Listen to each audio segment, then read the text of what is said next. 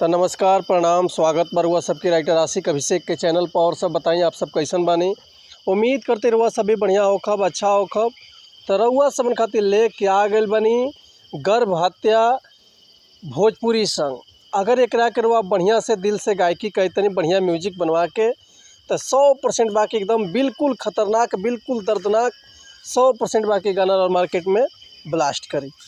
इससे पहले रुआ सबन से कहल चाहब कि अगर रुआ गायकी में इंटरेस्ट बा, गायकी में कदम रखले बानी, गायकी कल चाहतनी और रुआ के बढ़िया मैटर नहीं मिलत, बढ़िया गाना नहीं मिलत, बढ़िया स्तुकबंदी नहीं मिल पाओ, बढ़िया से म्यूजिक नहीं मिल पाओ, बढ़िया से रुआ गा नहीं पाओ, तो अगर हमारे चैनल पर आ गए बेन तो रुआ सबके निराश भइला के जरूरत नहीं है।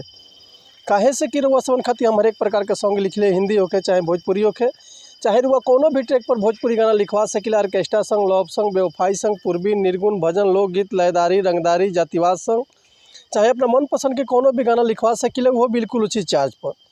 तो ऐसे कहल चाहब कि अगर हमारे चैनल पे आ गए बेन तो चैनल के लाइक कर दी, सब्सक्राइब कर दी और बेल आइकन प्रेस कर दी ताकि कोनो वीडियो अपलोड करी तो सबसे पहले नोटिफिकेशन रुआ सबन के मिले।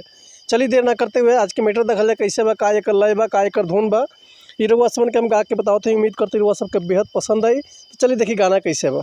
आज से बहुत दिन पहले वो गाना हिट भैया, बहुत ही बढ़िया गाना बाजे रहे, दर्द भरा गाना रहे रिंकू ओझा के कि लागता कि मरी जाई ना तो जहर खाई, लोगवा के सुनी सुनिता ना, सुन पगली रे पागल कहेला जमाना।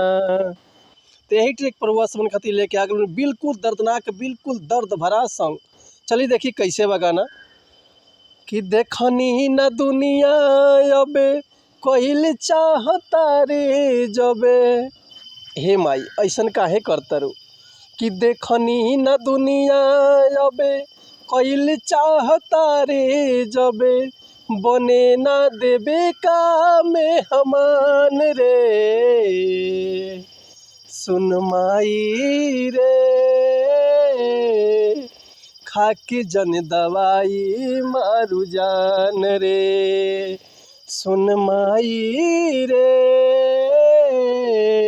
मारू जन गर्भ में मोर जान रे, सुन माई रे खाके जन दवाई मारू जान रे। तो उम्मीद करते हैं मैटर हुआ सबके बेहद पसंद आयल बा। अगर ये गाना के अगर फुल लिखवाल चाहतनी तो डिस्क्रिप्शन में हमारा कॉन्टैक्ट नंबर बा, व्हाट्सअप नंबर बा, कॉल कर सकिले, व्हाट्सअप कर सकिले, रुआ के बिल्कुल उचित चार्ज पे फुल गाना मिल जाए।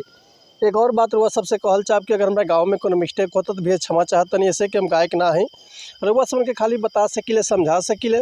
तो मिलत है नेक्स्ट वीडियो में कुछ नया गाना, कुछ नया धुन, कुछ नया कंपोजिशन लेके।